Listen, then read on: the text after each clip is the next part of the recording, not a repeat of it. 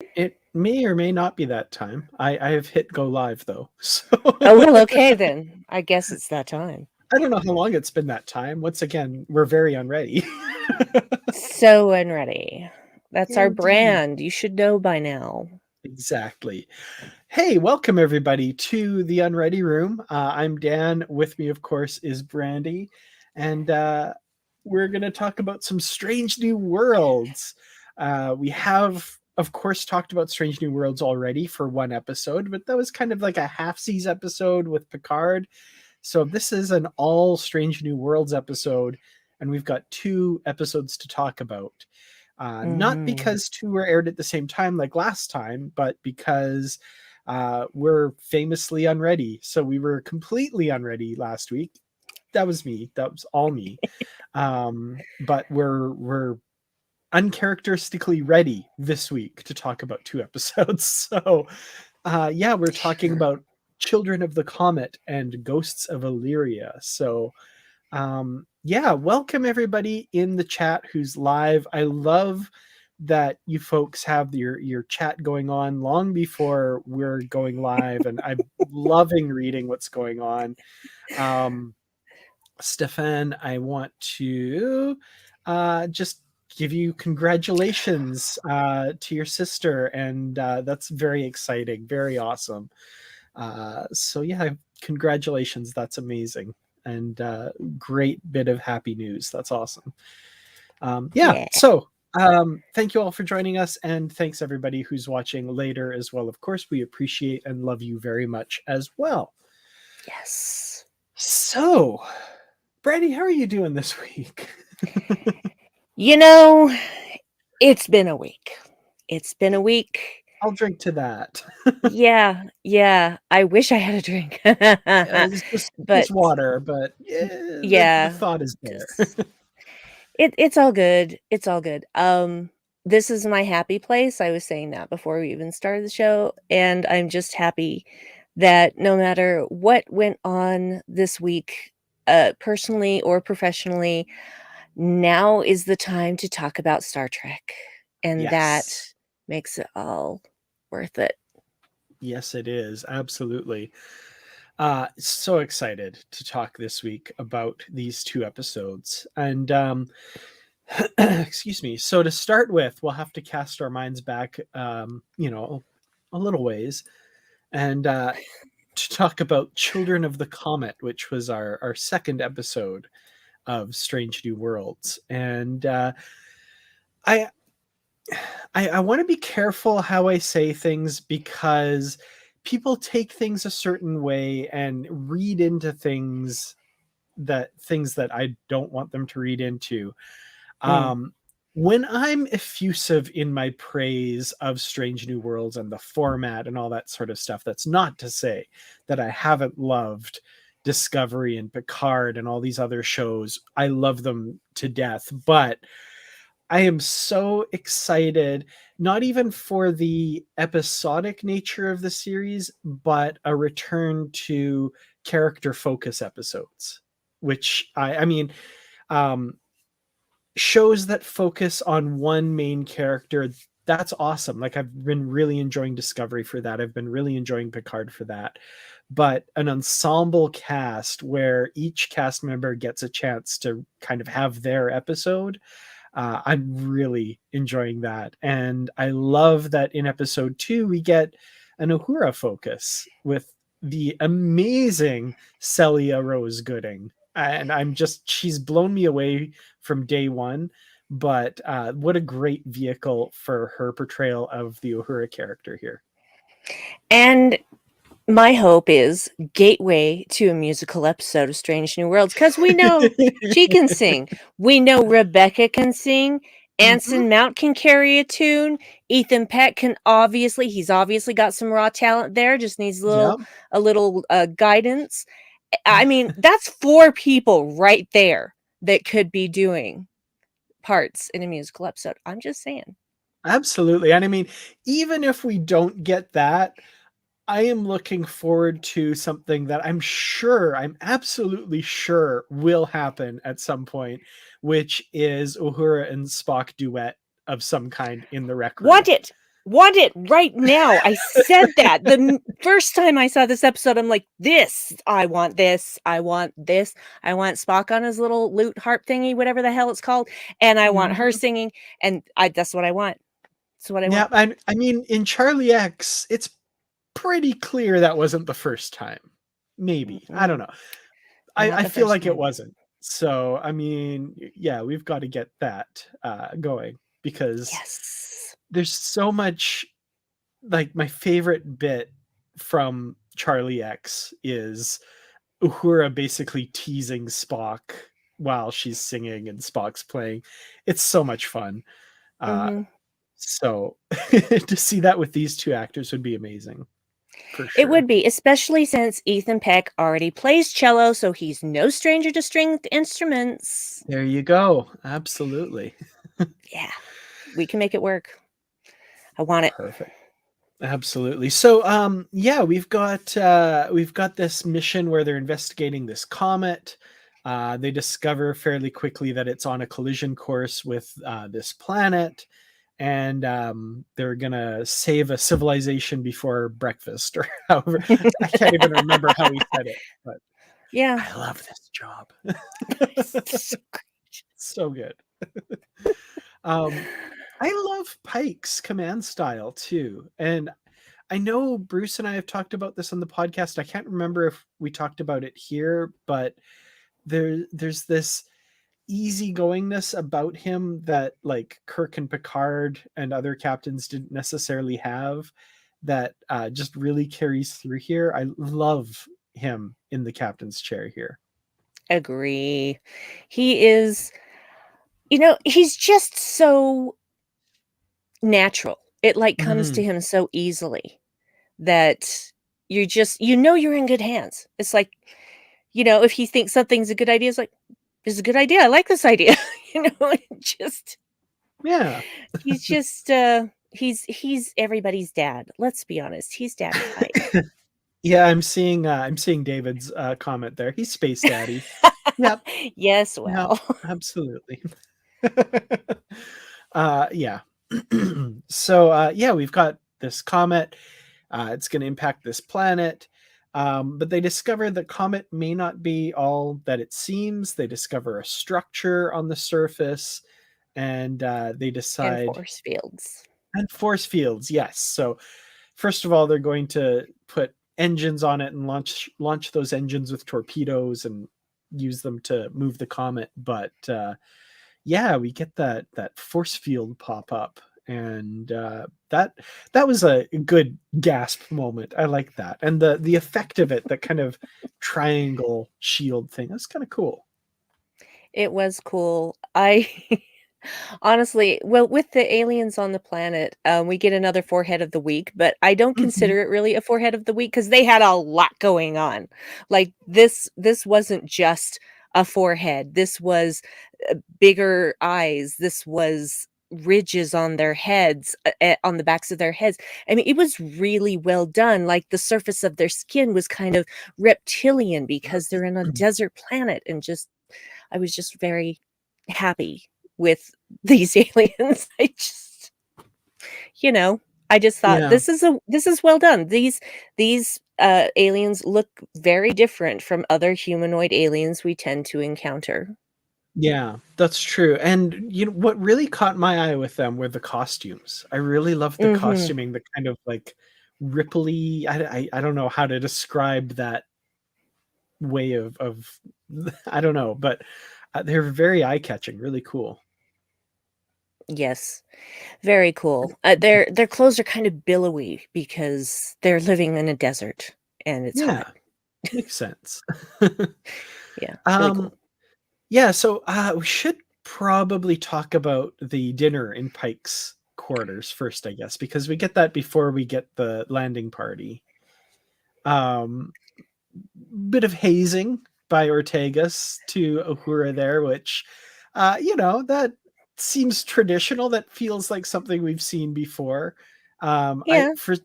I'm reminded it was kind of a self hazing, but I'm reminded of oh,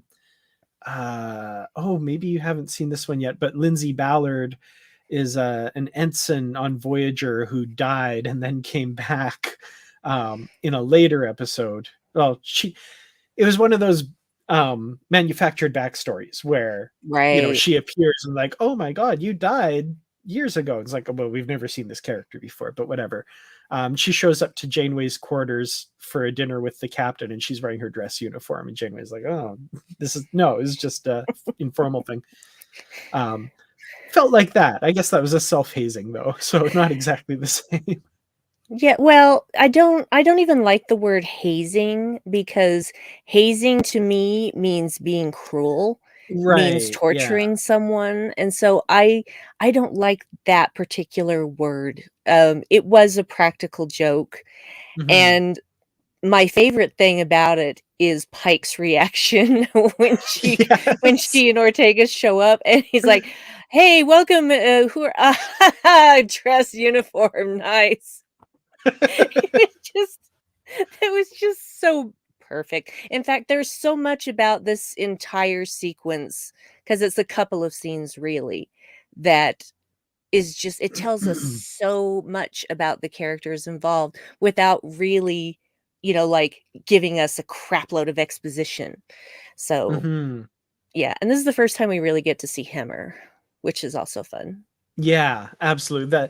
The hammer moments I wanted to talk about in particular because that was so much fun where first of all Uhura makes the slight gaffe where, you know, she assumes that Hammer needs some assistance there, and he very quickly informs her that, you know, no, that is, I don't need assistance doing everyday tasks. This is not an impairment, etc., etc.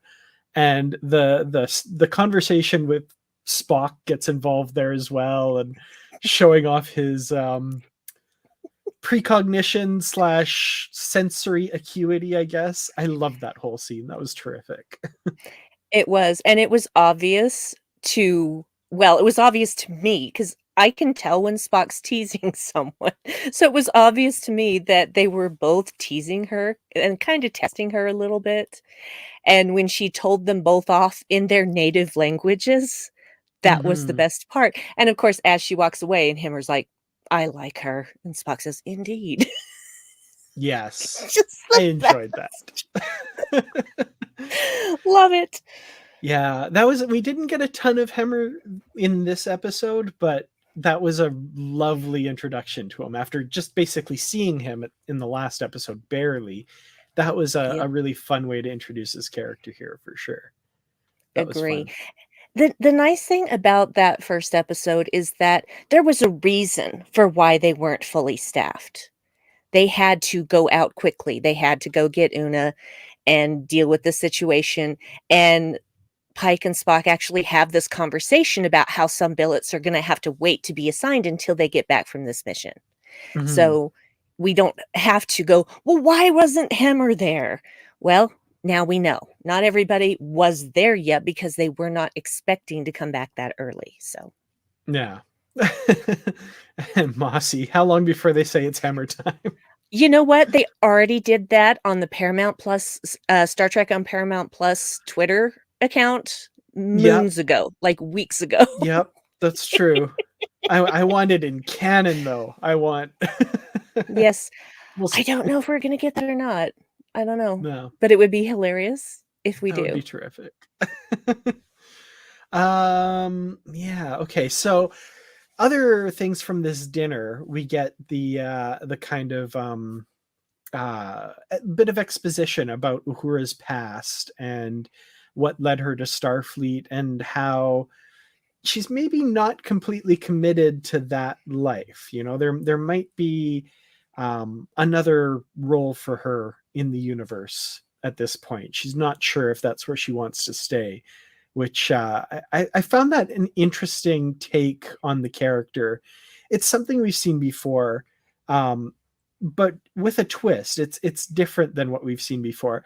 I had a thought that it's kind of weird that the second episode of this, we have the communications officer not quite sure if she wants to stay with the crew. In a very different context, we got something similar in Enterprise with Hoshi for very different reasons and very different situation. But I just thought that was an interesting kind of parallel there, but probably just coincidence. But I thought that was interesting. Is anything really coincidence anymore? Especially in Trek. No, definitely. Well, I mean, that'll be a theme of this very episode. I don't. Is anything a coincidence? I don't know. Very cool. Very cool. Indeed. So yeah. Anything else at this dinner that we want to talk about? Yes, there's Okay. there's just one of these moments where Anson Mount just proves that he was born to play this role and is just an excellent actor. And it's when he's asking Uhura, in 10 years, where do you see yourself in 10 years? And how he falters Yes. on that. And then very quickly regroups and in 10 years, where do you see yourself? And Una notices, and Mm-hmm. Spock probably notices, but I don't remember if we get a shot of him noticing. And so, just masterful, absolutely Yeah. masterful. May seem like a small thing, but the way he did it was brilliant. Yeah. I loved that as well. The if you're paying attention, it's apparent and stuff, but it's still subtle. Like it's not, you know what I mean? I really enjoyed that. I love that. That that was masterful, like you said, for sure. Yeah, and also I just loved Pike's reaction to Uhura saying what she says about her future in Starfleet, where I feel like a lot of times the initial reaction would be a very defensive one. And I feel like we've seen that in other situations in Star Trek before. But I liked Pike's basically saying, well, wherever you end up, I hope it's fulfilling. I can't remember the exact lines because it's been a while since I watched the episode. I'm sorry. But yeah, I really liked his reaction to that.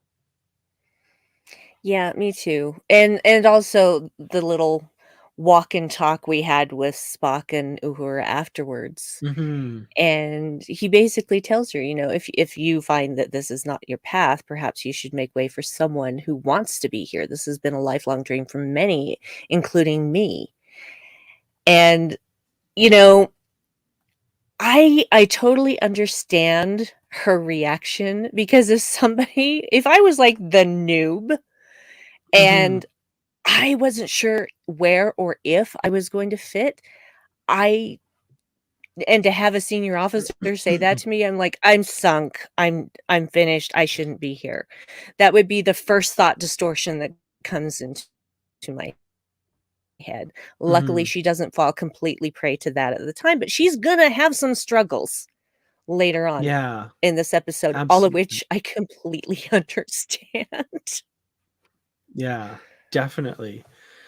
Um, yeah, yeah. That's Ethan Peck as Spock, by the way, and there's other moments in this episode that we'll get to where I was just like, if you close your eyes, like you'd swear it was Leonard Nimoy. He's just gotten so good, and I'm not saying he's copying Leonard Nimoy or just he's bringing his own to the character, but man, he is making that character seem like the same person, which in his own way. So it's so good. Agree. Yeah. So we've got the I got to get my terms right. The landing party to the Comet, the structure they find on it, and they're trying to figure out. They basically are able to get through the shields that way, and get on the Comet and try and figure out if there's a way they can get it to change its course and that kind of thing. Yeah, okay. Let's talk about the stuff on the Comet and then talk about the other stuff. That's a good way to Perfect. split it up. Agree. So I'm loving these scenes on the Comet here as well with first of all, Uhura and Spock and La'an, and I think it needs to also be said, Samuel Kirk, just with his real, like, I mean, he's not gonna die here, but Like, there's probably a bunch of times he's gonna come close if his behavior here is any indication. I really just want every time he's in an episode, I want him to almost die. I think that I think they need to set that precedent now. Yeah. Yeah, well, we'll talk about the next episode where I thought there was gonna be, like, a typical red shirt very early in the episode. I was like, "Oh, dude." Yep, yep, yep. No, okay, so first of all, love the set for the inside of the Comet. Obviously, putting that AR wall to amazing use. Yes. And yeah, giant egg in the middle. When has that gone well? I immediately was like, okay, this is just like that scene in Alien. Do not touch it. Don't break the barrier. And what does he do? Mhm. Ugh, and Yeah. really, when something happens and you go, "Yahtzee?" Who says Yahtzee? Everybody says bingo, you freak. Come on. I loved Spock. I am aware of the game of Yahtzee. It is a stupid game, you guys. It is so dumb and loud. It's so loud. It's Oh, I loud and it's know. stupid. Please. I think it's now canon though that like the Kirk brothers played Yahtzee as a kid, and I don't know why that makes me laugh. Because there's gotta be better games, especially in the 23rd century. What do I know, though? Oh What do I man, know? I'm imagining the whole scene of Jim Kirk trying to get Spock to play Yahtzee, and he's like, "But Spock, Yahtzee is already three-dimensional. It's way better than chess."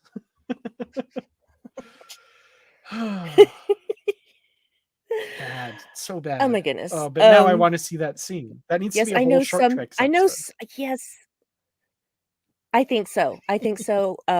Instead of it, I think now. Okay, so Sam is so put off by Spock, being very condescending about Yahtzee. Go ahead and love it. I don't. I loved it when I was 10, but as an adult, it's so annoying. But, but I just want a short trek now where Sam gets everybody together now for Yahtzee night. Instead of poker night on the Enterprise, it's Yahtzee night, and they force Spock to participate. It's like Oh Spike man, makes it mandatory. that would be amazing. Oh man, yes. I want that now. Hey, Paramount Plus, are you listening? I know you are. Yep. Alex At Kurtzman, least, come on. yeah, if not a short treks episode, at least like the teaser of an episode before the and red alert they get called to battle stations just as like Spock threw a That would be perfect. so funny. But I got Yahtzee.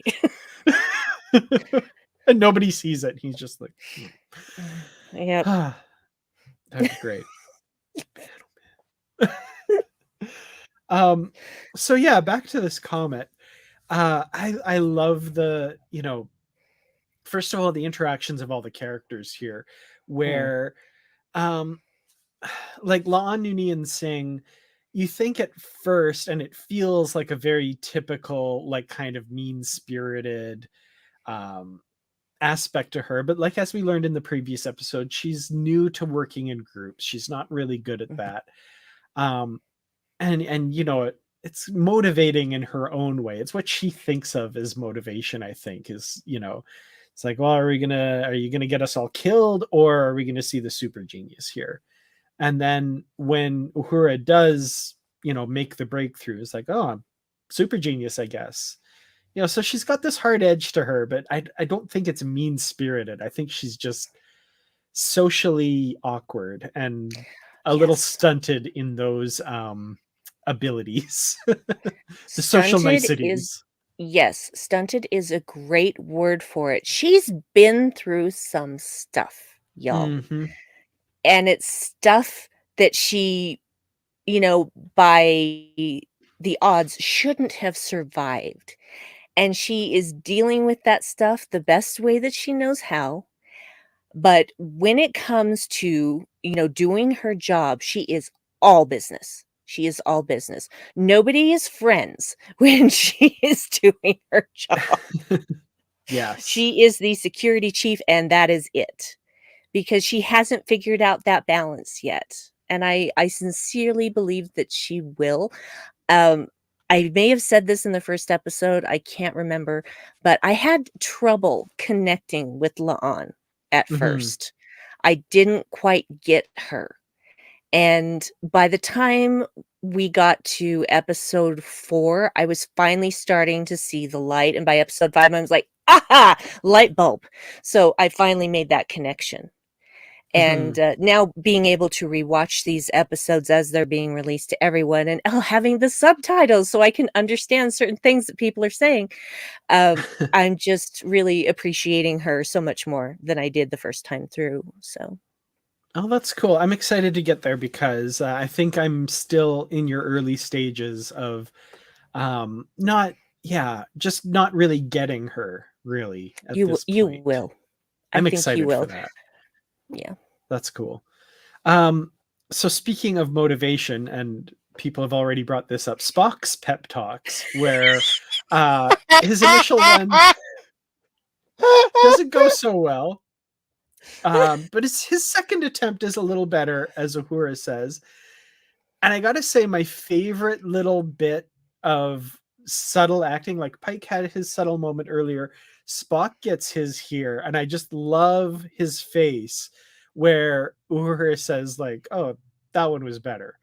And it focuses on Spock, and it's literally like his brain is like, that is new information. I will incorporate that into future pep talks. All right. Yes. I love that. He's just like, oh, okay. Yes, good. I have input the necessary data. And then he moves on. I love it. Yeah, it's great. My favorite part is when she says, "Is that your version of a pep talk?" And he says, "Yes, I've been working on this." And then he says, "How was it, do you think?" No, he said, "How was it, would you say?" And I'm just like, so he's your HR representative looking for feedback. Is that what Yep. what's going on? And unlike so many times when, people higher up are looking for feedback, I love that he actually incorporates the feedback he gets. He's like, oh, okay. Well, it would be illogical to ask for feedback that you didn't want. So he truly wanted Exactly. actual honest feedback. Mm-hmm. So yeah, let's talk about Uhura and well, Spock making the connection when Uhura is humming that the walls are reacting to that, and Uhura kind of figures out this language a little bit. I'm enjoying all of these scenes, of course, and getting Spock to come in as well and harmonize. Those were the moments where, oddly enough, there's not a ton of moments I can think of where Leonard Nimoy's Spock sang, or there's a few like where he did notes and stuff, but for some reason he just sounded so much like Leonard Nimoy in these scenes, and I loved it. It was so good. Like that was exactly how Spock would sound doing that. That was great. I agree. I loved that. I loved La'an's reaction was like, "Oh no, do not ask me to sing or I'll break the thing." Yes. Yeah. That was great. She I knows her really limitations there. She does. She's aware and she's fine with that.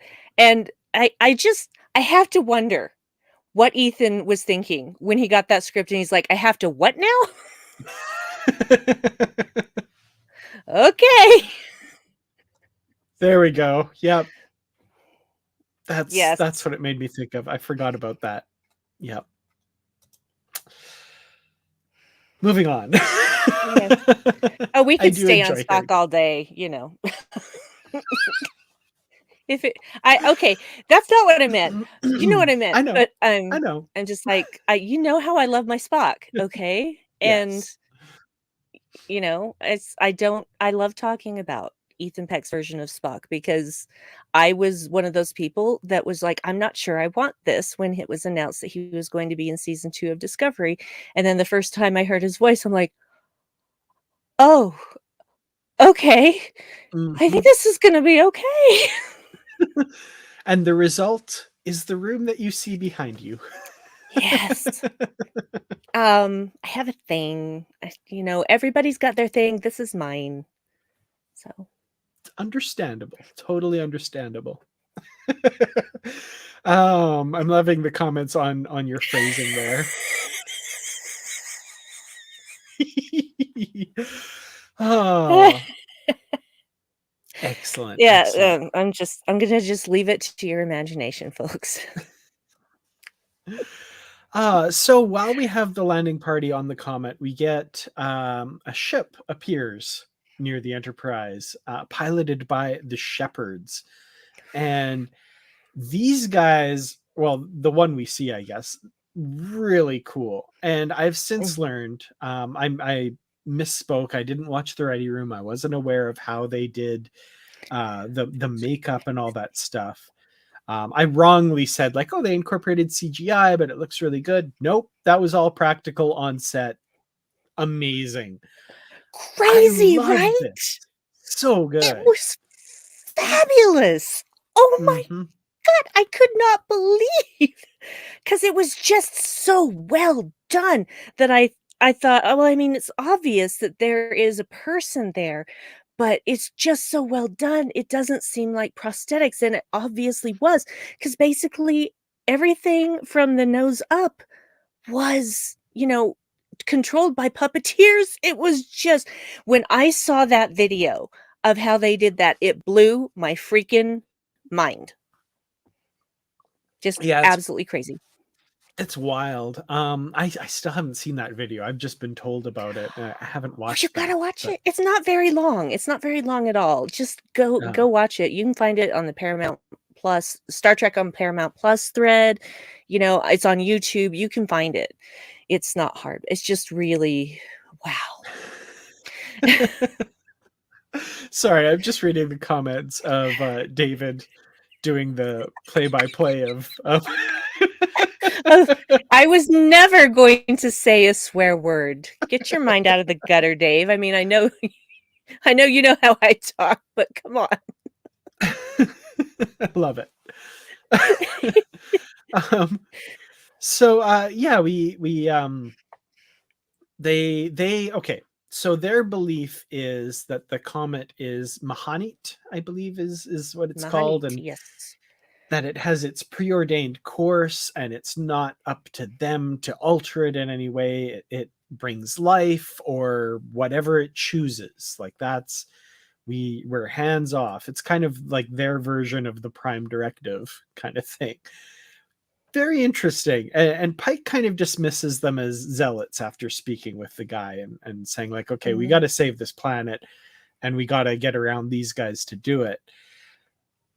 Really interesting kind of philosophical back and forth a little bit, especially with the end where okay, I'm going to gloss through a bunch of stuff where Spock pilots the shuttle and heats up the comet, causing it to sublimate and split and miss the planet and stuff.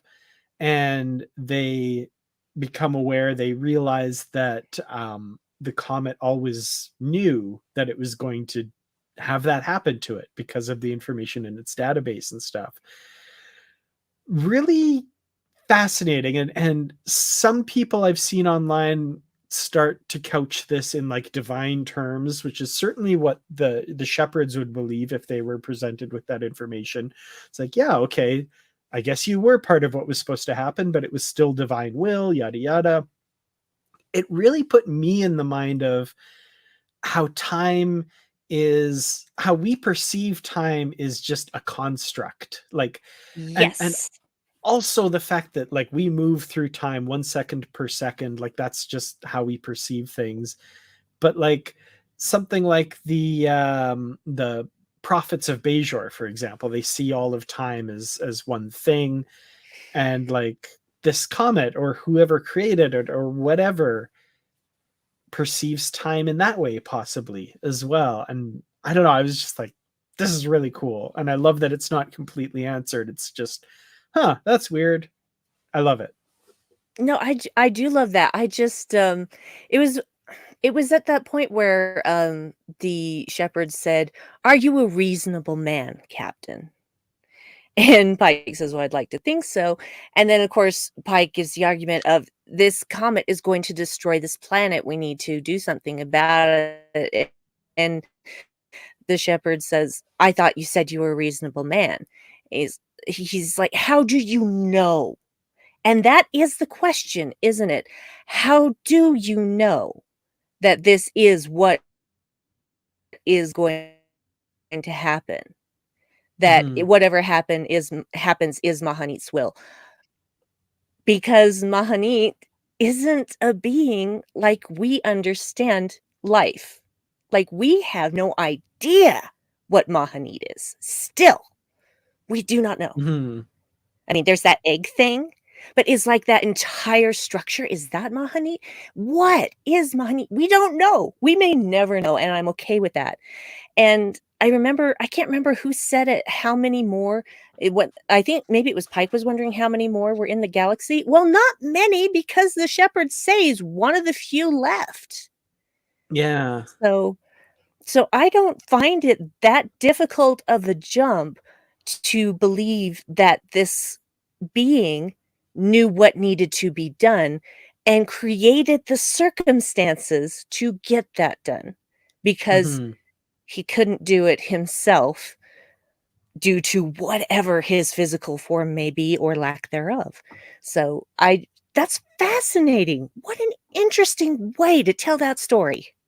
Yeah, absolutely. I really enjoyed that. And just the idea that, like, it's not even timey-wimey like some people Mm-mm, start to think of that. It's just no. the Enterprise was going to be there, and by the nature of the crew of the Enterprise, this is what was always going to happen. Mhm. And that's just how whatever this thing is perceives the universe. So it Yeah, knows, like, well, I'm on this course, but oh, the Enterprise will be there, so this will happen. So okay, that's fine. I love it. yeah. I just that's really cool. In the Doctor Who universe, we'd call that a time-locked event. Yes. Absolutely. Yeah, it was one that's always going to happen no matter what you do. So, but it's just, you know, people can ascribe any kind of spiritualness or religiousness to it that they want, if that's how they want to interpret if that's how they can make it make sense in their heads. I don't require that. I Mhm. think that what was given to us was plenty and fascinating in and of itself without any kind of religious connection. Yeah. So, I uh, I agree, yeah. it's But obvious, though, that the shepherds believe that Mahanit is a divine being, and all the rest of the arbiters that are left are divine beings, excuse me. So, and that's, whatever tweaks your freak, man. Oh, wait, that's the next episode. Um, so, it was just really fascinating. It's just a fascinating concept. Very original, very different than Mhm. stuff we've seen in the past. Absolutely, yeah. Small note that I just want to bring up because the shuttlecraft that Spock pilots is number 7 and it's the Galileo. So it's kind of cool. Nice. Love it. Love it. Very cool. Very nice. And I think we also briefly need to talk about Ortegas because um, we haven't gotten a lot of this character so far. Of the 3 episodes, this is where I think we get the most with her piloting skills and stuff. I'm so curious to learn more about her, and I just really can't wait for, I'm assuming, her episode at some point. I think my favorite moment, of course, is she's piloting all these evasive maneuvers, and Pike basically gives her the chance to, like, okay, take the training wheels off, like, you prove that you're going to be one of the best pilots in Starfleet. And I can't remember, it's like evasive maneuver pattern Ortegas Gamma 4 or whatever. And he's like, Mhm. what? I love And she's like, that. This is what you wanted. This is what you get. Yeah. Kind of Detmer vibes a little bit, which I like, but she's making it her own. Like I just want to learn more about her. I agree completely. I love Ortegas. Again, I want to go through the rest of my life with that half smirk on my face in everything that I do. Always keep him guessing. Always make him think I'm having the time of my life. Absolutely. And I'm sorry, I love her hair. I don't know She's why amazing. people are Everything. whining about that. She looks People are incredible. horrible. People are Yes. horrible. They are racist, sexist pigs, Hmm. and they will point at anything that seems even remotely other and try to poke fun at it. Well, guess what? She doesn't care. She knows who she is. You know, Melissa Yeah, Navia, you're great. And she knows it. We know it. And all the rest of that is just noise. It's just chatter. It's just noise. absolutely. And I also love that I've seen more than one fan out there emulate her hairstyle now because of her. So I'm like, yes. Yes. Yes. Very Yes. cool. Yes. Okay. Anything else we want to talk about with regards to this episode before we give our final thoughts and ratings? Or included in your Um final thoughts, I guess. mhm. I do love the ending where this they've discovered that this sublimation is going to actually change the face of the planet, Right, and yes. they're going to create the ability to farm and create agriculture and growth, etc. And I actually do get emotional when the rain starts and all of them are just stop and they're looking up and wonder, because I mean obviously they know what water is or else there wouldn't be life on this planet, Mhm. but just the absolute joy that they're expressing, knowing that this change is going to change their lives. I get really emotional about that. It is a lovely moment. I I'm gonna feel really bad about saying this because I had a really dark thought when I saw that, and I apologize. This isn't serious, but I did when it started raining. They're like, "Whoa!" And I was like, "Oh, that's amazing for that planet. Too bad for them living in the desert. There's going to be flash floods. They're probably all going to be Yep. wiped away." Actually, I'm like, "I'm Dave so and I sorry." thought the same no, Dave and I thought the same thing. The first time we saw it, we're like, "Ooh, flash flooding." And, you know, we're just It's gonna pretend that not all the rain fell in one place. yeah, and that there's there's high ground nearby that yeah they can just get to very Yes. quickly. And one other thing that I really love is Spock talking to Uhura again, and Hmm. her kind of cutting him off and him saying, "I wasn't finished," and she's like,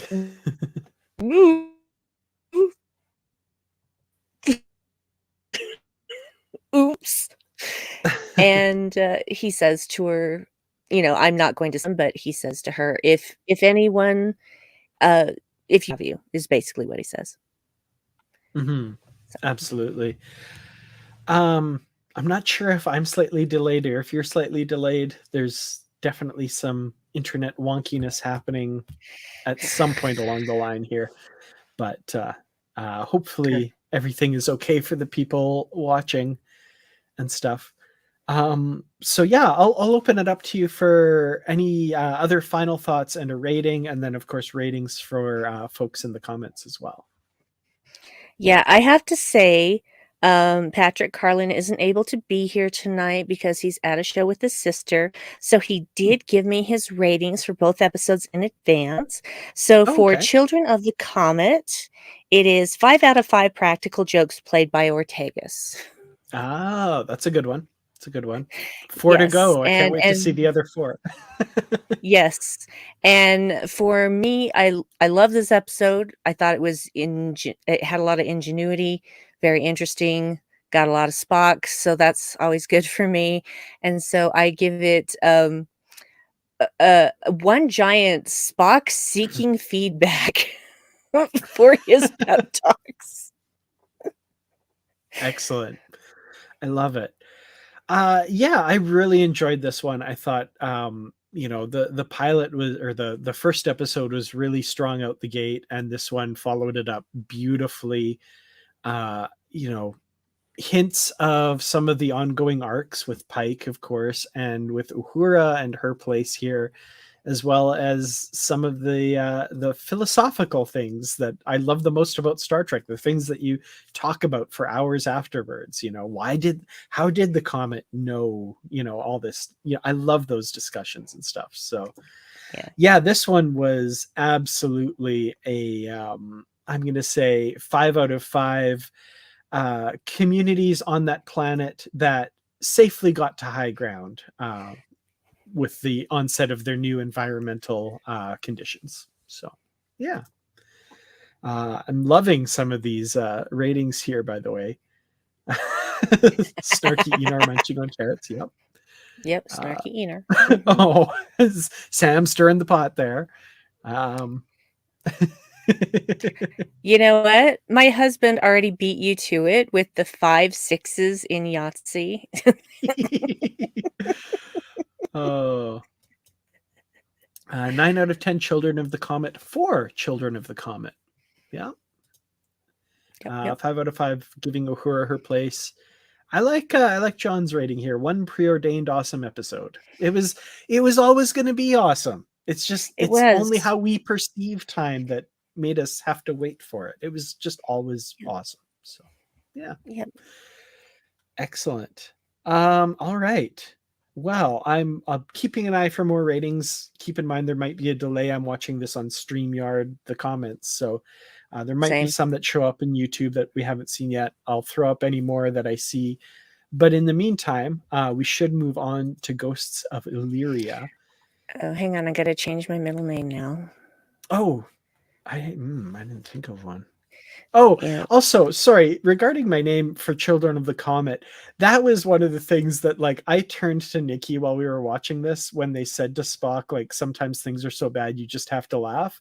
I turned to Nikki and said, Spock's going to laugh at some point in this episode when things get really bad. And sure enough, that's exactly what happened. I love that. Yep.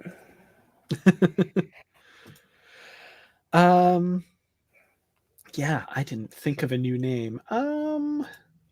Let's see here. Whoops. Nope.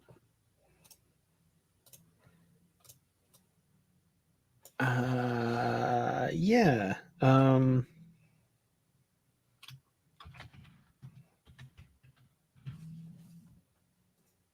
There we go. I love the Star Trek novels, and I did see at least one more. Sorry, 4 out of 5 spacious captain's quarters. Excellent. Yes. So Ghosts of Illyria, as soon as I heard that title, I got so excited because the novels, right? I mean, number one, as far as canon is concerned, has had very little. Like, there's the first pilot, which was, re-edited into the menagerie, and then a couple episodes of Discovery Season 2. That's all we've seen of number one. She's been I wouldn't say like explored like a ton in the novels, but there have been to the point where we have multiple backstories for her. And one that kind of keeps coming up is that she's from Illyria. She's genetically engineered, some of which, of course, they used in this episode.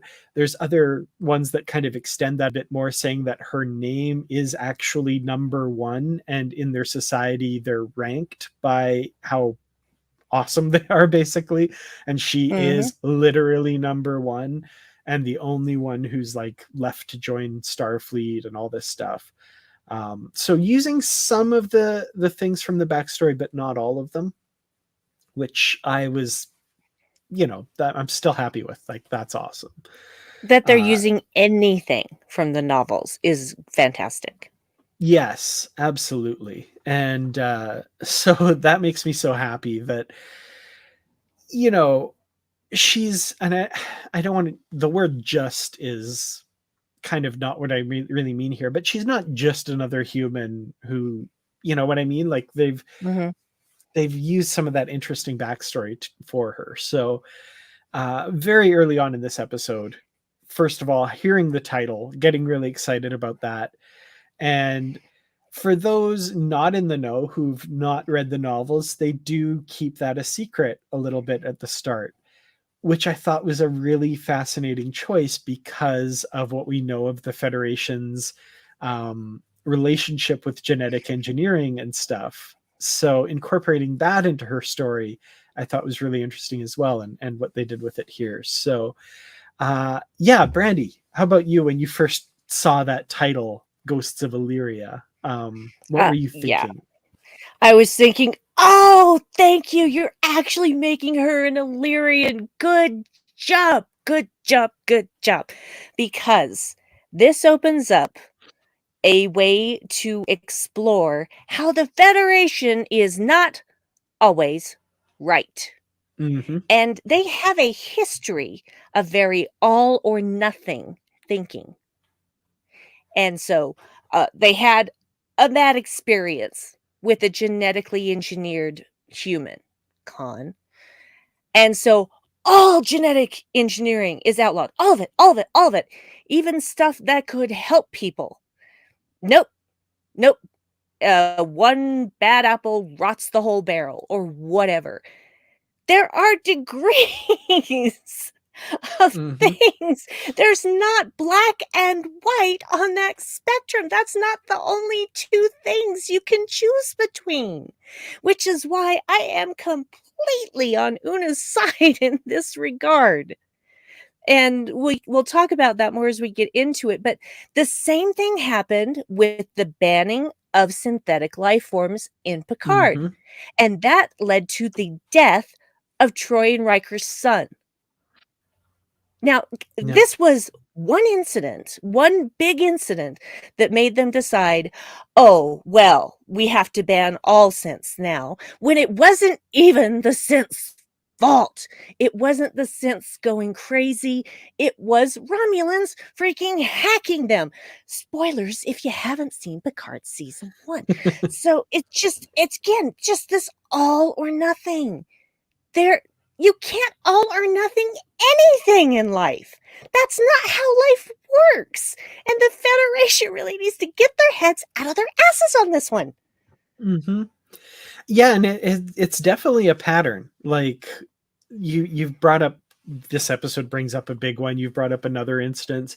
I would also say we learned in Discovery that the Federation doesn't allow integrated artificial intelligence on starships. That was Mhm. because of the ultimate computer in the original series, the M5 Yep. computer. Um, Maybe that's a good rule, maybe not. There's no room to explore the nuances of that question because nope, not allowed, can't ever happen. So yeah, it's interesting that yeah, there's this history of really black and white thought there. Very Mhm. I'm gonna explore this more. I like that. But yeah, so in this episode, they're at an Illyrian colony, and it's interesting, of course, that the first officer's log at the start is talking about this Illyrian colony, and she gives a bit of about the history of the Illyrians and who they are, but never once mentions, you know, that she's an Illyrian. And watching this at first, I'm like, interesting that they're bringing in that, but you know, but then of course very early on, right away, there's some great foreshadowing, just little bits here and there where you're like, okay, yeah, I see what's going on. And even without like the pre-release stuff, which is, you know, number one must reveal a deeply held secret, like even if you hadn't read that, which we all had, so I was like, okay. um there's just little comments. Like I really liked her comment to Laan early on, where she says, "You know, I would think someone with your family history would maybe appreciate that not everything is as black and white as it seems, and maybe give the Mhm. benefit of the doubt. And that was very obviously her kind of testing the waters there to see, like, am I safe to be myself around you? You know, I Yeah. feel like I'm in danger of having this come out. My people are right here.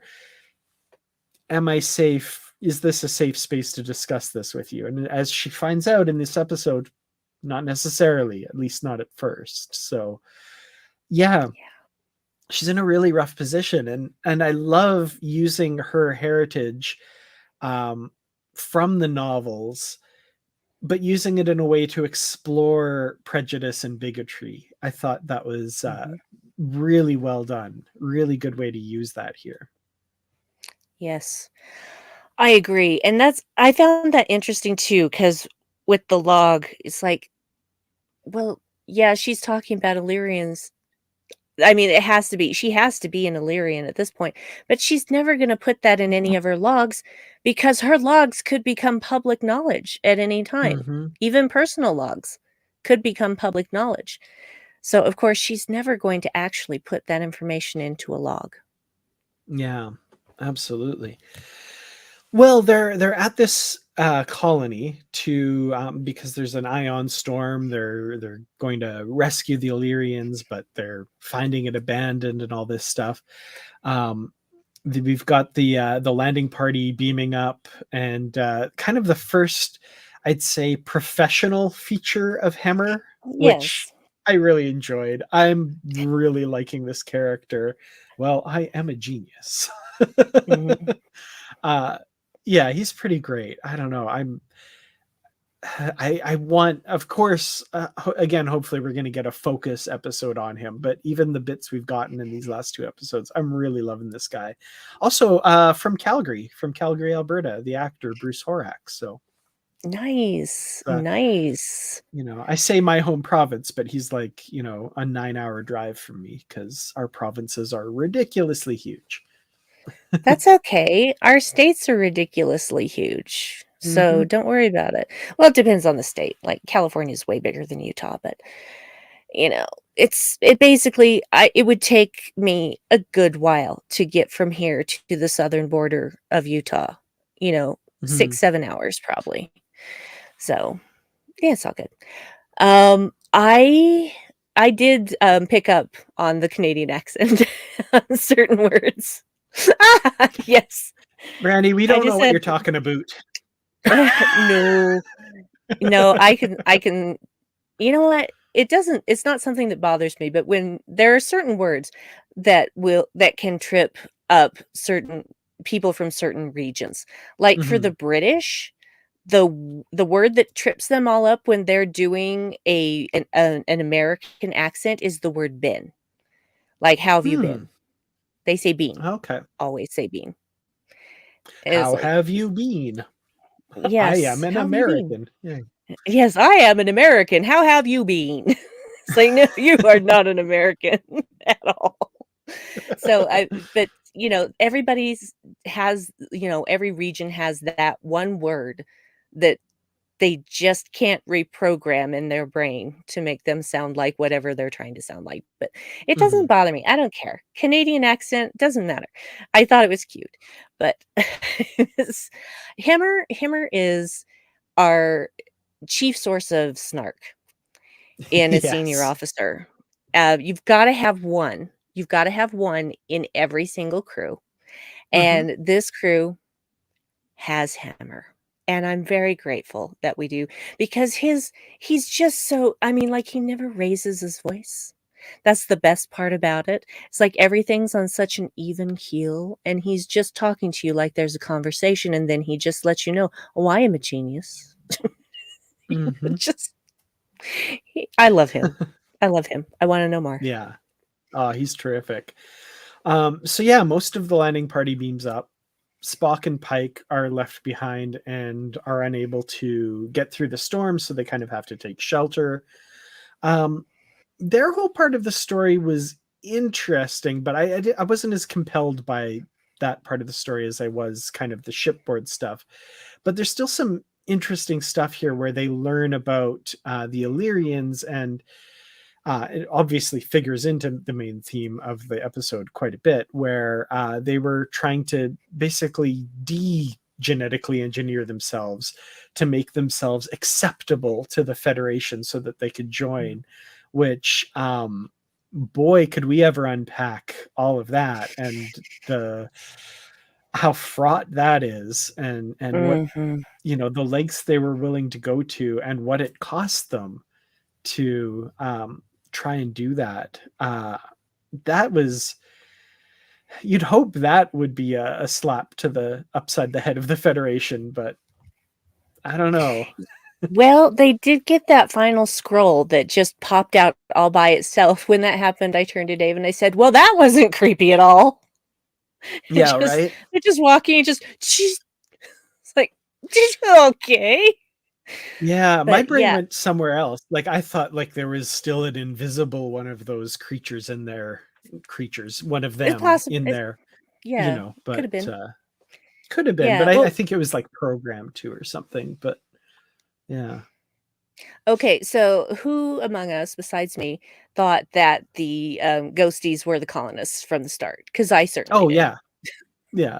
Yeah. Just the fact that they were vaguely humanoid shaped, I'm like, okay, there's some sort of weird transformation has happened here. So Yeah, it yeah. actually made me think of, and this is a deep cut for anyone who doesn't know anything about the Patrol.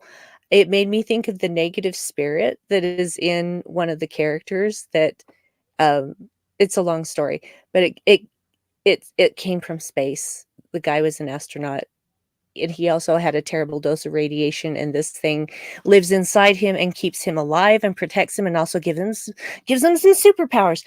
But they looked very much like that to me. Hmm. So, and the funny thing is that I didn't even make that connection until like 5 minutes ago when I was thinking about their appearance. I'm like, Oh, nice. oh, they look like the negative spirit, but a different color. And when I say negative, I don't mean bad. I Hmm. don't mean negative as in bad or evil. So, yeah, that was in fact, there were things in this uh, sequence of events that just reminded me of a lot of things. Like Hmm. when they had barricaded the door and the ghosties were trying to get in and they're like punching these little holes in the middle, that really reminded me of the scene in Forbidden Planet. Who's seen Forbidden Planet? Raise your hands. Oh. I'm not going to spoil it if you haven't seen it, but I think, Dan, you know the scene I'm talking about when something is trying to Hmm. get into the house and there's that thick metal shielding and it just starts poking these punctures in it. That Yeah. reminded me of that. So I had some flashbacks to other things. Not and I'm not saying that it was completely like that. It was just reminiscent of and made me think of Hmm. those things. So, Absolutely. Yeah. Um, I'm seeing in the comments the discussion of who was the snarky one in TNG, and mm, that's a difficult question. I personally think that the basically what happens in TNG is the lack of snark builds up this like meter that reaches critical mass, and once it hits a certain level, Q shows up. I'm pretty sure that's right. how TNG works. Yeah. Well, I was gonna say that it was Q, Yeah. but Whoops. he Yeah. he wasn't a main member of the cast, but he was a Hmm. big part of the show. He was in the Yeah. very first episode and in the Exactly. very last. So, yeah. Yeah, it's just Anyway. basically what he looks and says, "Oh, there hasn't been enough snark on that ship in a while. He's got to Mhm. show up." Oh, Yeah. yeah, Yum Yum podcast, good call. They brought in a pinch hitter later in the series. Rolaren had there was a bit of snark there. I could see that. Mhm. They had a bit of Pulaski there, kind of filling that role a little bit for a little while. But yeah, they Yeah. had to they had to pass the role around a little bit because yeah, there was not a lot of snarky people on TNG. Yeah, which is just a shame, They could have done with some Mhm. snark up in there. Oh, absolutely. Where were we with this episode? What were we done Yeah. talking about, Spock and Pike? Well, we could talk a little bit more about their stuff, because I did enjoy the scene where they break through and basically they're just protecting the two of them. I thought that was kind of interesting. Um, I also really like these two together, like just their I back and know, right? forth. I So know. much I fun. know. It is so much fun. And it also brought something up because the ghosties are trying to, I shouldn't call them ghosties, but I am. So they're trying to get in to the library, for lack of a better word. And one of them actually tags Spock, and Pike says, "Oh man, if that had been your carotid, you'd be in a lot of trouble right now." He says, "If I were human," which makes me want to know, where the hell are Spock's organs? Because he is half human and half Vulcan. So Mm-hmm. where are they? Where is his carotid? Where is his gallbladder? Where is his liver? Where are his lungs? These are things I want to know. I know, like from a random episode of the original series, I think his heart is like where one of our I know that. kidneys would be, or something like Yeah, that. it's basically, it's like more like in the middle of, not like Yeah, below the chest. So I know that part, but I want to know how the rest of it the works. rest of it, I want to yeah. know. Because he is a half human, half Vulcan. I want to know how that affects his internal organs. Somebody Mhm. needs to explain that to me, because that is something that has never been explained in the 55 plus years, 56 years of Star Trek history. This is information I need. Please get on that, Absolutely. somebody. We need to see like Spock's, scan in sick bay, and Thank yeah. you. Thank you. That's exactly what I want. I want visuals. I want a diagram of where everything is. Yeah, absolutely. Or a full page spread in the next edition of the Star Trek Encyclopedia. Thank There we go. thank you. Thank you. That works too. That works too. Uh, I Just always give wonder, me some like, information. did they have the game Operation on Vulcan? And did like Spock's parents have to be like, well, this does not apply to you, son. Yours are different. Yeah. So you have some things in some places like a human would, and some things in some places like a Vulcan would. No, really, I want to know how that works. Really Absolutely. do. Really do. Um, yeah, I think we're done with the planet side stuff, right? I can't think of Yes, I anything think more there. so. I do love, though, the Spock's favorite thing to do on this landing party mission was read. Yeah. It's like, wow, Like, while we're it's like, here. this is fascinating. And it's just like scrolling through this scroll. What nifty scrolls. How Mhm. convenient it was in a language he could read. Yes, indeed. Hmm, hmm, hmm. Well, back on the ship, so that landing party's beamed up, and we see, oh man, I can't remember his name now. Ensign Lance, was Lance. it?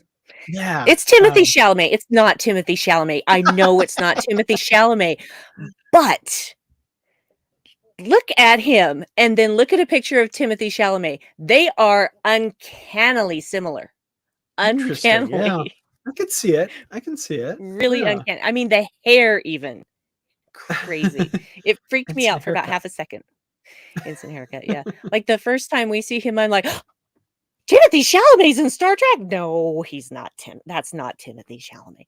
But in my head canon, it is. No. Well, yeah, we see on the planet he comes into contact with some little floaties. Uh, that's kind of a generic Star Trek floating balls of light. Like Mhm. that's something we've seen a lot of. We know, Yeah. uh-oh, something's amiss with him now. And yeah, they all beam up, and Ortegas sees him acting oddly in the corridor, and we get that wonderful line, um, which has been brought up already. How did it go, Brandy? Hey, whatever tweaks your freak, man. I love it. Um, but yeah, soon he puts his head through the whatever that is, equipment locker, I guess, to get closer to the light. And it's obvious something has gone wrong. And again, somebody pointed this out, and it's interesting. The first season of Star Trek shows, we tend to get crazy contagion is loose on the ship story. Mm. And I was like, that's interesting. I started to think about it, and I'm like, huh. Yeah, we had the Naked Time in TOS, the Naked Now in TNG, Babel with the aphasia virus in Deep Space Nine. I didn't actually think through and go through them all, so probably something in Voyager. I can't remember. I guess the bioneural gel packs get infected with cheese bacteria. Does that count? I don't know. But it's interesting. Yeah, we get this contagion aboard the ship story. And I don't know about all y'all, and I mean I know it's lately when I've been rewatching Star Trek episodes and I'm trying to pick a random episode, if it's like disease loose on the ship, last couple of years, I've kind of been skipping those. Mm. Yeah. You know. Yeah, but this one is interesting. This one is Mhm. not your typical thing because everybody basically is reacting the same way. They all want the light and they will do Mhm. anything to get it. And so at least it's not some weird sexual thing, you Ugh, know? yeah. So I'm very grateful for that. And it's just yeah, there are echoes of all of those episodes, but I didn't really I had that thought and then it was gone because this Mhm. was a more interesting situation and there were a lot of levels going on here. A lot of Yeah. things that dovetail into each other that seem unrelated at first, but become Yeah. entangled. What I found interesting is probably one of the main reasons I skip a lot of those older episodes is I try watching them and I'm like, having now lived through a global pandemic, I'm like, there's Mhm, really basic things they could be doing that they're not doing, and it just ends up being frustrating. So I hesitate to say the phrase something good that came out of this pandemic because that is the wrong phrase. But the writers are very aware of very simple effective measures. And mm, I love that we get this lockdown. And when I heard lockdown, I kind of shuddered internally a bit. But, you know, non-essential crew, we get essential workers even. Essential crew members remain at their posts and be sequestered in work groups, and non-essential personnel locked in their quarters under full lockdown. And DJ Kitty Cat, as you mentioned, contact tracing came up, and I was like, oh man, there's a term I've heard multiple times per day on the news for quite an extended period of time. I winced a bit mhm, too. Um, but yeah, it's interesting how, you know, they were filming this, and we are still in the middle of a pandemic, it needs to be said, but they were filming yes, this at you know, not the height of the pandemic, but during, you know, when measures were still very stringent and stuff. A lot of the background pictures you see full masks, face shields and stuff.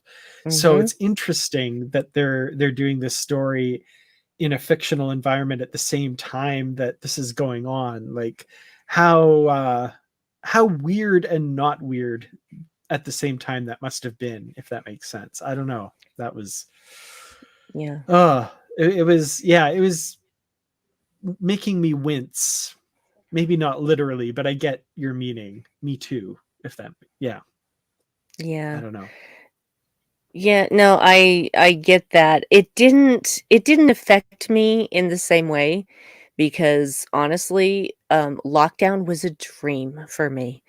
I could get to and from work in half an hour, and it usually with because there was no one on the roads. It was just like, "Has the rapture happened and nobody told me? I can finally get somewhere without, taking an hour." Eh, Now, do I want to be in lockdown for the rest of my life? Actually, probably not. But I Mhm. love being home and I love any excuse to stay home. So for me, I'm one of those weirdos that is actually like, oh, no, now there are people I have to deal with again. I But will I, admit, oh sorry, go ahead. no, go ahead. No, you go ahead. I was just gonna say I do admit to taking some perverse pleasure in the ease of finding parking spots. Yeah. I was like, huh, Yeah. this is anyway. I don't want to again. I But don't want to say one good thing. No, but yeah. you know what I mean. But I found the situation interesting because it started going beyond just the landing party who had been sequestered in sick bay.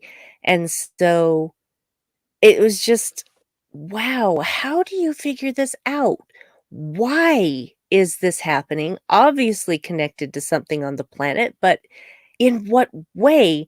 And the only person that is really completely in her right mind is Una. Mhm. She is the only person who is going to be able to figure this out because eventually everybody else on that ship is going to fall prey to this and Mhm. possibly destroy the ship trying to get the light. Yeah, absolutely. And yeah, there's some chilling moments for sure with Oh, yeah, people grievously injuring themselves trying to get closer to the light and all this stuff. And yeah, some disturbing scenes there, but Una like, really realizing, yeah, yeah, like Uhura's roommates. yeah, that's what Oh, came to my mind for sure. oh, I hope that they still have Noxema in the 23rd century. Ugh. If you Yeah. guys don't know what Noxema is, then I'm just old, but just really so I'm sure that they have something much, much better, but yeah, when I saw those 2 roomies and how burned they were, it hurt me on multiple levels. Mhm. Not only because I suffered a bad sunburn of my own, Mm. idiocy when I was 14, and I will never forget that pain. I will never forget Oh. that pain as I was healing. It took, I think, 3 months before I was really back to normal, Oh, wow. and just, you know, when I was very, very young and I don't remember it, I witnessed a fire, like, I witnessed an apartment building burning down, and Mm. my childhood years and my teen years, I had recurring nightmares about fire. So Yeah. and then don't get me started on the fact that my father was terribly burned in an accident when I was about 5 years old and wasn't expected to live. He did live. Oh, Um, wow. there were skin grafts that happened, etcetera, and so seeing someone burned like that is traumatic for me. Mhm. I'm not upset that, they portrayed it in this way, but I actually had physical feelings that happened when I saw those 2 really burned crewmates. It was Yeah, hard. for sure. Absolutely. Um, Hemmers. That one was chilling to me Wow. because, like, at first, when Una goes to the transporter room and Hemmer is in the process of beaming up what turns out to be part of the mantle of the planet, because at first you're like, oh, is he doing something that will save every, like, what has he realized something? And it kind of slowly dawns on you how far gone he is. And I think in the same way it does to Una, like, because she's initially like, what's going on, what is this, what? And then she Mhm, kind of like has this mounting dread, like, wait, you're what? And that one, I don't know, was especially terrifying to me because I you don't realize the gravity of it at the beginning. You're just like, "Oh, cool. What's this?" mhm. "Oh, he's Oh, doing something to help. Oh, wait, he's not. He's yeah. absolutely not." My only complaint about this scene is they needed to have a better dummy for Rebecca to be throwing over her shoulder because that butt was way too flat. Come on. That did not look like a real person. Fair enough. Fair enough. Yeah. I did love that revelation there where, like, she picks him up, throws him over her shoulder, and you're like, "Oh, wow, she's kinda strong." Then she, like, takes the one hand away and is, like, Mhm. walking completely back straight down the Yep. hallway. And I would say not breaking a sweat, but she's pretty sweaty because of the room she just came from. She's not sweaty because she's carrying this guy. But No, like there for was all it was intents and really hot. purposes, yeah, Yeah. for all intents and purposes, not showing any physical strain whatsoever. And you're just like, whoa, okay. Yeah. This is yeah, she's got some superhuman abilities in the parlance, I guess. So Yeah, well, that at was this point, she's either, an Illyrian or she's She-Hulk. Take your pick. Either yeah. one works. She-Hulk Attorney at Law coming soon. No, anyway. No, I'm so excited for that, but anyway. Me too. That trailer was amazing. I know, it really was. Yeah, and I love, was it Chapel was like, how are you lifting him? And she's like, never mind that now. Yeah. Just forget that. That was great. That whole like revelation there. Like by that point, of course, we're like, okay, yeah, no, she's definitely Illyrian. Cool. Okay, that's where they're going with the story. But yeah, she gets to sick bay and everyone is pretty much infected. She's the only one that's not. And there's a moment where she talks about, using her blood to cure the crew. And at first, I almost thought it was a little bit of a comment on Star Trek Into Darkness, because basically, if you boil down the plot of that, like, Kirk dies, they have Khan, so they take his blood, put it in Kirk, and Kirk's alive. That's basically the plot there. And there's a line where she says, like, can't you cure the Enterprise crew with my blood? And M'Benga's like, no, it doesn't work like that. And I'm like, thank you. For very different reasons, it doesn't work like that, we find out. But at first I was like, thank you for, not doing that. Yeah, I'm not even gonna tell you the whole problem with that that whole thing in Into Darkness, because I'm Yeah. just like, okay, I'm sorry, aren't all of his followers genetically engineered and have the same stuff going on? So why couldn't you go just get one out of the freezer? Mm-hmm. Yeah. Yeah. Did There's you so have to many. go down and have a big punch up with Khan? No, there's so many problems. Anyway, sorry. Yeah. Just like, what? It's like, no, none of this makes sense. So, but yes, this actually made sense. So I was the thing, but I love the way that they talk about it, and he's Mbenga says, well, because they took a sample of her blood. Now, how does that work through clothing? Someone explain that to me. I mean, hypo sprays in general work through clothing, but the blood thing, Yeah. They did the same huh? on Deep Space Nine as well. Just huh? Yeah. It's like, can't you just roll up a sleeve? I mean, just how does You it see, through the there's a clothing? micro transporter in the. See, I said the same thing. I said the same thing yesterday on Boldly Go with Suzanne. Dan, I love you. I feel like there might have even been something in a technical manual somewhere, like in the TNG era, that might actually be. I could be wrong about that, but it would explain the testing for changelings through the clothing, and they pull blood through. I don't know. Interesting. Yeah, I could be wrong about that. Maybe that was just my own head, like, oh, that must be how it works, but I don't know. Yeah. Anyway, my point was that Mbenga's like, there's no antibodies in your body.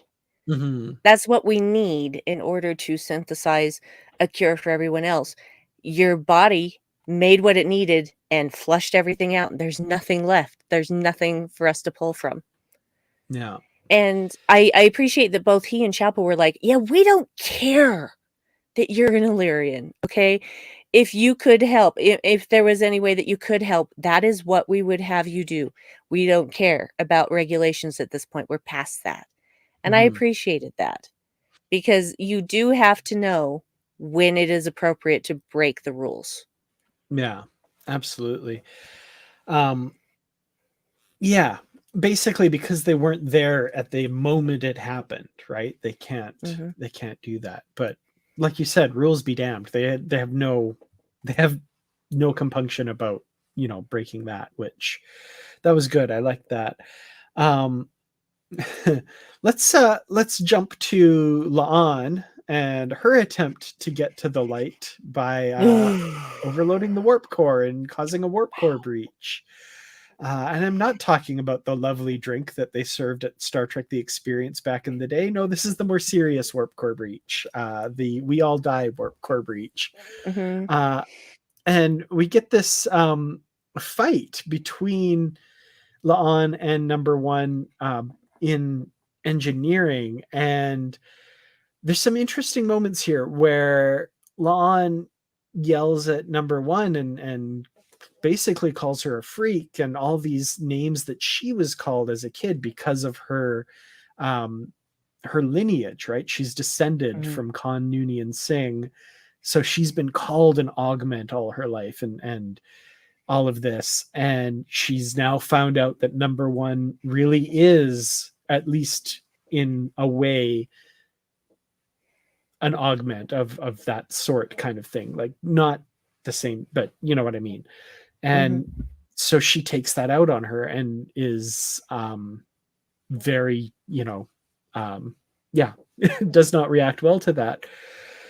So there's that whole emotional component to this, but also the actual physical fight. At first I was kind of wondering about La'an, like, does she, like, she's descended, like how much of that does she, is she augmented in a way as well? Maybe, but Number One owns her pretty well, and you can tell she's holding back too, until Mm-hmm. finally at the end she's like, okay, I need to put her down, bam, and you're like, oh, okay. So she probably could have done that from the beginning, but obviously didn't want to, but was like, Yeah. okay, this needs to end now. That was brutal in more ways than one. Yeah, it was. She was using that as a last resort. Mm-hmm. And see, unfortunately, um, all the reasons why Una kept her heritage a secret is is played out. Mm-hmm. Everyone, well, I mean, everyone that she thought would react badly does. So, Yeah. and I love her explanation talking about how, Illyrians don't terraform planets, they change their bodies to exist on what the planet already supports. Now, that is amazing to me. Mm-hmm. I love that concept because when you think about terraforming and how well that seems to not go a lot of the time, this seems like a much safer and non-invasive way to become, you know, part of a planetary ecosystem. So Mm-hmm. I just thought, that's a great explanation. And her saying that there was nothing wrong with that, I'm like, I absolutely am on your side, Una, 100%. That sounds like a great idea to me. Instead of, going someplace and going, oh, well, this could suit our needs, but we need to eradicate everything that's already here. So let's just do that and set up our atmospheric processors and just turn this into a planet for us. You Yeah. know, just saying that's not a bad way to colonize a place. Yeah, no, it makes sense for sure. I also, I love the follow-up to this at the end where they have their talk, and like, Hmm. Una sits down with her and Lon basically says, do you want me to say it was because, I was going through that and under the influence of the thing? And okay, it was, but it also wasn't.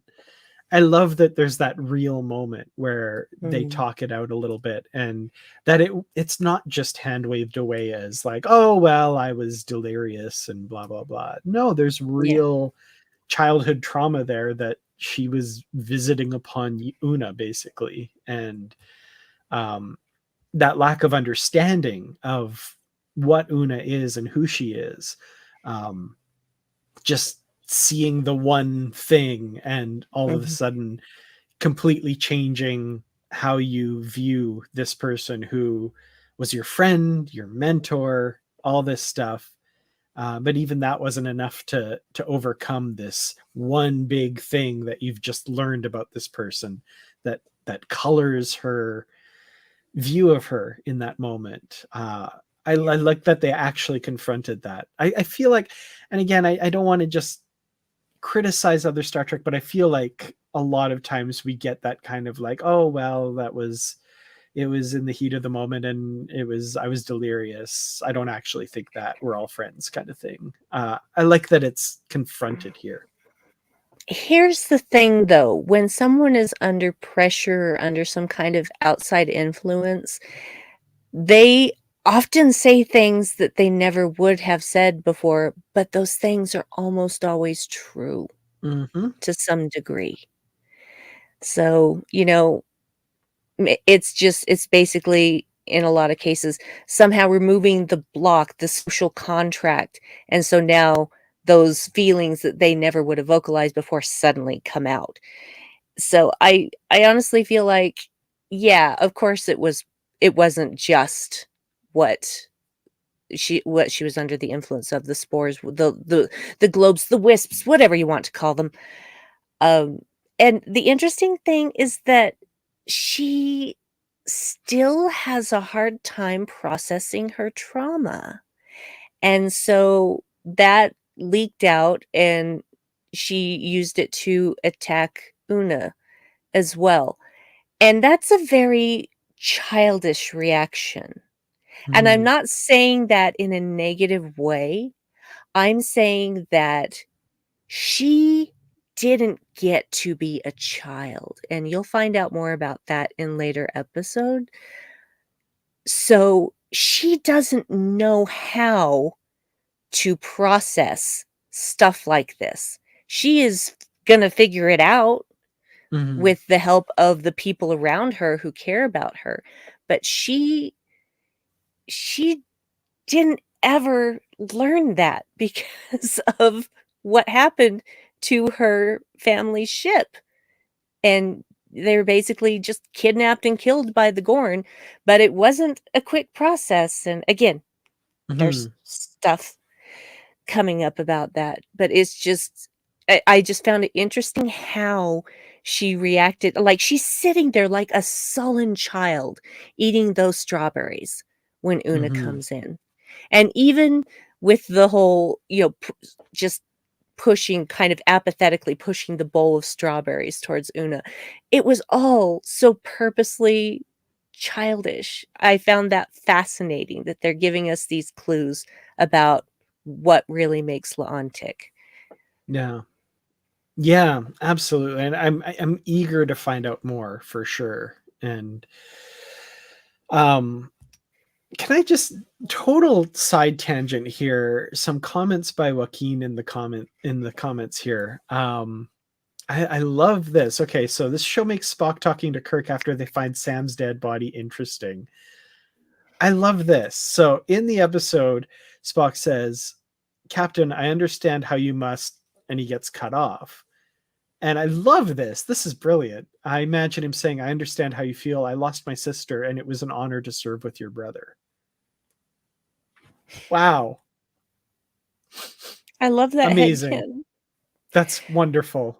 That's actually going to make that episode a little bit less ridiculous. I got to go watch Operation Operation Annihilate. Annihilate. I don't know why I was Yeah. saying the other one, but So you yeah. can see William Shatner on the ground with Guy Fleegman's mustache pretending to be Sam um, Kirk. yeah, that's wonderful. Oh man, I can't wait to watch Operation Annihilate is a sentence I never thought I'd say.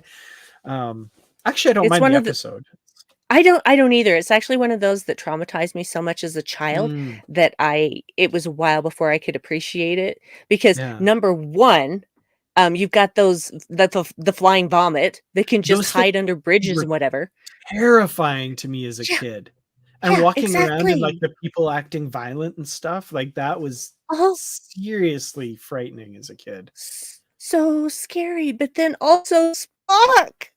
Spock Yes. being attacked by them and then going blind and not maybe ever being able to see again. That ooh, because Spock's always been my favorite character, always, Mhm. always, always, and I knew this from a very young age.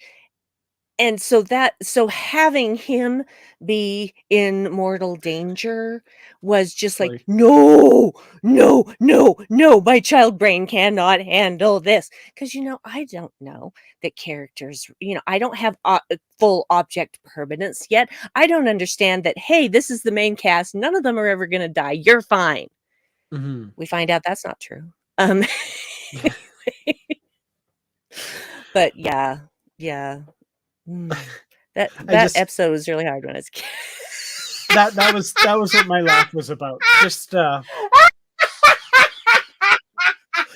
so you're aware, it wasn't regarding childhood trauma. It was just Wellington's comment. Sorry. I don't know why that's so funny, but it is. It made me hate omelets.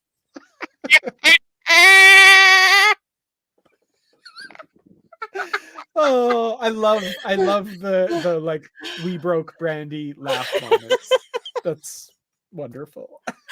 Oh, when you guys break me, it's so great because I love to laugh like this. I love to laugh until I can hardly breathe. It just Oh, brings that's joy. awesome. It brings joy. I just wanted to let you know I wasn't my like Oh, giggle no, in the no. middle of what you were talking about was not No, a childhood trauma. I am sure I knew that it was something having to do in the chat. So I wasn't Yes, feel free to break me with laughter anytime, you guys. I love it. Love it. So yeah, I guess okay. Yeah, we should talk about the kind of metababble, technobabble, I guess, sympathetic creation of antibodies that saves the ship. It was convenient and lucky. Cool. It's fine. I buy It's it. fine. It works. Yeah. Um, did anybody else get Dark Phoenix vibes when Una started glowing? I'm just sorry. I'm back. I can't get out of the Marvel universe tonight, I guess. Well, Rebecca Romaine is part of that, so Exactly. Yeah. So yeah, everyone's cured. What was interesting to me is how this got aboard in the first place and how it got yes. past the biofilters, because we haven't talked much about Dr. Mabenga beyond some surface stuff. Was not in the previous episode at all, Mm-mm. but gets a bit of a focus in this episode. And I have to say, first of all, the actor, incredible. I love his performance here. And I'm like, Mhm. okay, here's an ongoing story that I had no inkling of. This is really interesting. So he's been keeping his daughter in the transporter, the medical emergency transporter buffer in sick bay, which was the reason he didn't allow it to be upgraded when they were in space dock, which allowed this thing to get through the biofilter. And one thing that I love from this is Una at no point in that conversation does she really let him off the hook at all. And I kind Mm. of love that, where basically he's like, I could have killed everybody on the ship. And Una says, yeah, you could have. Like, I love the weight that that's given in this. And, there's, he's not obviously asked to sacrifice his daughter at this point. There's allowances made, but he has to live with that guilt of that what he did directly caused or allowed this to get loose on the Enterprise. And I love that he kind of has to sit with that, even Mm. though, it was for altruistic reasons. He didn't realize the effect that that would have. And that's heavy. That's brutal. It is heavy and it is brutal, and he is such a caring person that's gotta really eat him up inside. And when he basically thinks that he's going to be taken back to the Federation and, you know, probably tried for his crimes, um, or at least relieved of his position. And the only thing he asks is that he gets to see his daughter one more time before they take him back. And Una says no. And the look on his face, Yeah. just, and she says, no, I'm going to give you a dedicated power source for this, so this doesn't happen again. Yeah. And then the relief that he gets, you know, I know that this isn't actually the accent with which the actor speaks. I have heard his normal voice. Either way, don't care. I want him to just read me all the stories. What I want. Okay, here's what I want. Yes. What I want. I want a series of sleep stories for Calm, read by, you know, the actor whose name I can't remember at the moment, who plays Dr. Mbenga. Dr. Babs is Mbenga. his first name. I still need to Babs. learn Yes. to pronounce it because I don't even want to Yeah. attempt because I will get it so wrong. I want a sleep story by him. Want a sleep story read by Ethan Peck. Want a sleep story read by Anson Mount. Want a sleep story read by Rebecca Romaine. I want all of those things. Get on it. I love need it. these sleep stories. This is how I fall Absolutely. asleep at night. Just want to hear those stories. Absolutely. Yeah. So that's kind of where we're ended with this episode, is him reading that story to his daughter, and we get to see his daughter. And I'm glad they made that choice to allow us to see that moment. It really drove home who he did this for and what that action meant to him and stuff.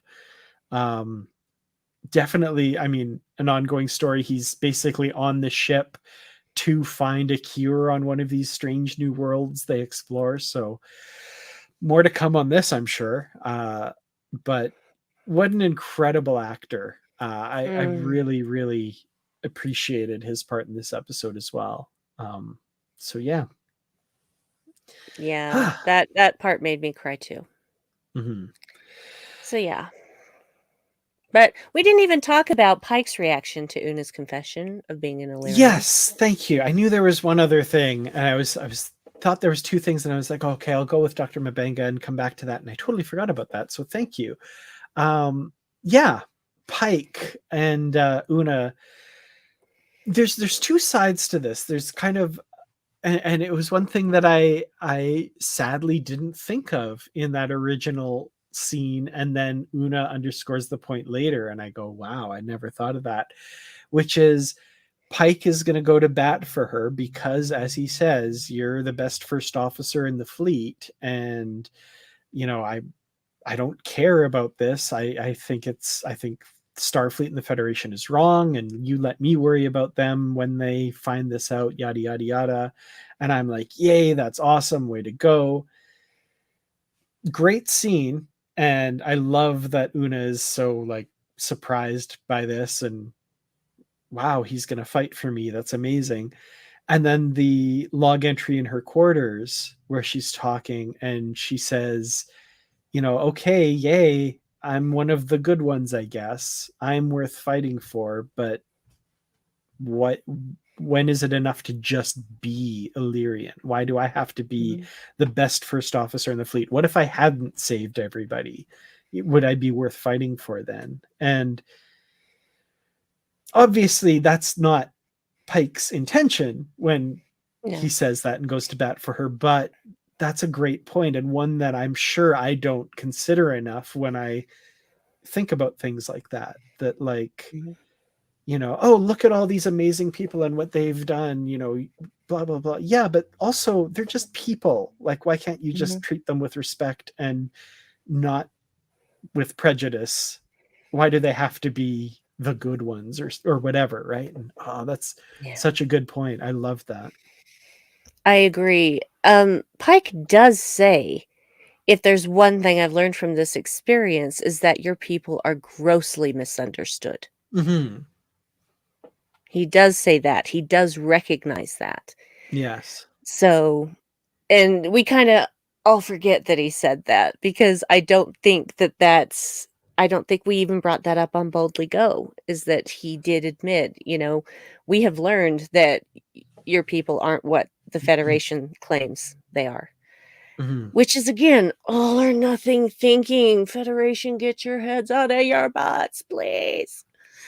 It's it just but the thing is that Star Trek is always a reflection of the time in which it is made. And they are bringing up some really wonderfully uncomfortable questions and uh, thoughts about the world that we currently live in and stuff that is currently going on. Mhm. Yeah, absolutely. So many parallels you can make with this story, and yeah, they're right there for the people paying attention. So I love Mhm. that. Um, I'm going to highlight Wellington's comment here because excellent writing and so well acted by Rebecca. Yeah, Rebecca Romaine, just amazing in this episode. And I wish I had this tweet up to actually see who said this, but somebody tweeted that after watching this episode, they were so impressed and that Majel would be proud. And Yes, I saw that too. oh yeah, and I saw it, of course, when Rebecca quote tweeted it and was like, "If the emojis are to be believed, was in tears having read this," and I believe that, what that comment meant to her, and yeah, absolutely, I think she's doing this character so much justice in Mm. ways that I never, when she first showed up in Discovery, I never imagined. Um, just being able to see this character that we have that. So, oh, I am not sure what just happened there, but there we Ooh, go. interesting stuff. Very odd. That was, I did not click anything. That just happened. So, okay. Mhm. Uh yeah. So with that said, I guess final thoughts and ratings for Ghosts of Illyria. And what a great title too. I just love that title. Yes. I thought that this episode was visually stunning. All the stuff on Hetman 9 was beautifully done and also terrifying. Mhm. And I think we forget that our captain and science officer almost died, but Mhm. for our little plasma friends. So yay for that. I love Spock's like, I'm arming us with knowledge. I'm arming us with knowledge, okay? Get off my back. It was a I've great got some line. reading to do. Just very smart. No, that was the right thing to do. It was the right thing to do. I'm And counting I did, as a rating, by the way. Sorry. yes, of course. And I did think the minute that the ghosties were coming, I'm like, oh, they're coming to help them because they're not going to make it through this storm otherwise. They're coming to help. Just let them in. Just let them in. And I was right. I loved this episode. I loved having so much Una. I loved that they actually made her an Illyrian and they posed these difficult questions that don't have good answers. This is when Trek is at its best. I really appreciate it. Um, I loved it. I wanted to give it just one big wet, no, not wet, one big guy who looks like Timothy Chalamet. It just hit on all the right levels for me. I like it. I like it. Sorry, I'm just nice. Um, yeah, I enjoyed this episode. I thought it was good. I didn't it didn't quite hit me in the same ways that the previous week's episode did. But still, like I love the issues that it brings up. The acting is incredible, of course, by these cast members. Um, can I be like really petty and really annoying with some nitpicking in that there's two moments where there's some really weird editing that just Mm, it bugs me and brings me out of the episode, and I know it's probably unavoidable because the director and the editors do everything they can to create a final product, but something was lifted out, or something that when Una and Uhura are walking into her quarters to investigate to see why what happened, there's the shot of them walking into the quarters and they're kind of very slowly walking in, and the shot turns around and all of a sudden Una's like walking really fast towards Uhura's bed. And I'm like, okay, something was cut out there. It's really nitpicky, really whatever. But then there's another later one where it's a typical one that you see in every show. Una's like holding her hand one way and the shot changes and it's way up here or something. Just like, oh. Yeah. But yeah, that's just my especially getting involved in video editing with a friend of mine. I now notice all that stuff and it drives me insane. So yeah, but I did really enjoy this episode. So I'm going to say 4 out of 5 really freaking cool looking ion storms, because those visuals were incredible. So great. So great. And scary. Yes. Great and scary. So they did their job. Sorry. I love your comment. I don't.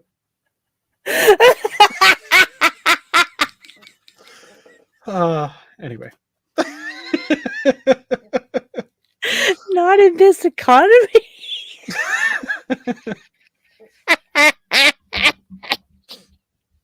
That's the part that gets me. Not in this.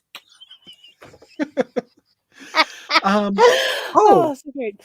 Also, I wanted to bring up the episode was directed by Leslie Hope, who people may remember Star Trek wise as Kira Nerissa's mother in the Deep Space Nine episode Wrong's Darker Than Death or Night, Kira Maru.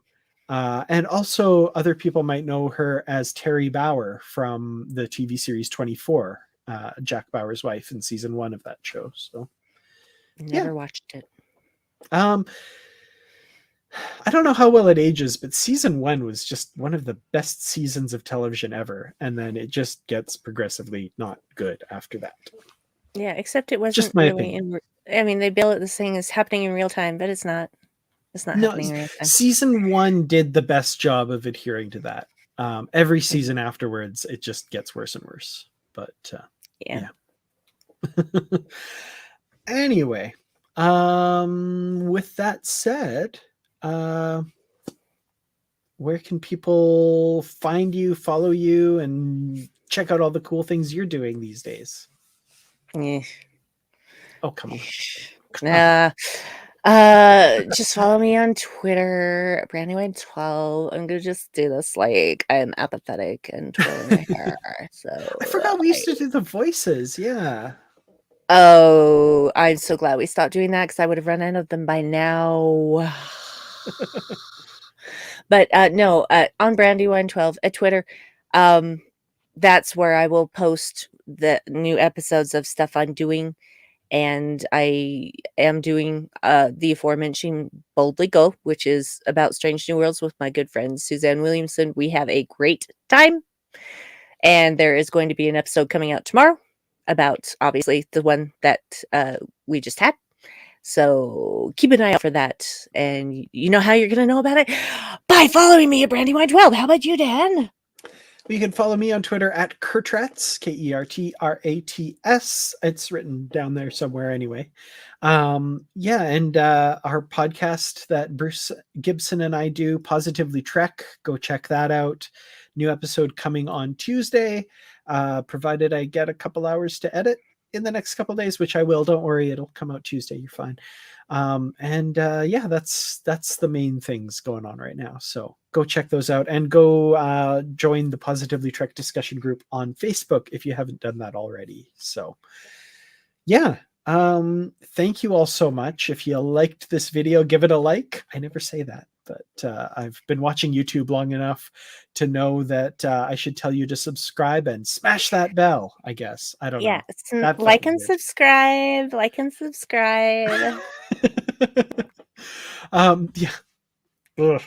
Anyway, thank you all so much for joining us, and we'll see you next week. I will definitely be able to, barring unforeseen difficulties, we'll talk about the episode Memento Mori, so that should be interesting. And it will be excellent. We'll see you then. Live long and prosper, and good night. And I'm going to switch hands because I need this one to hit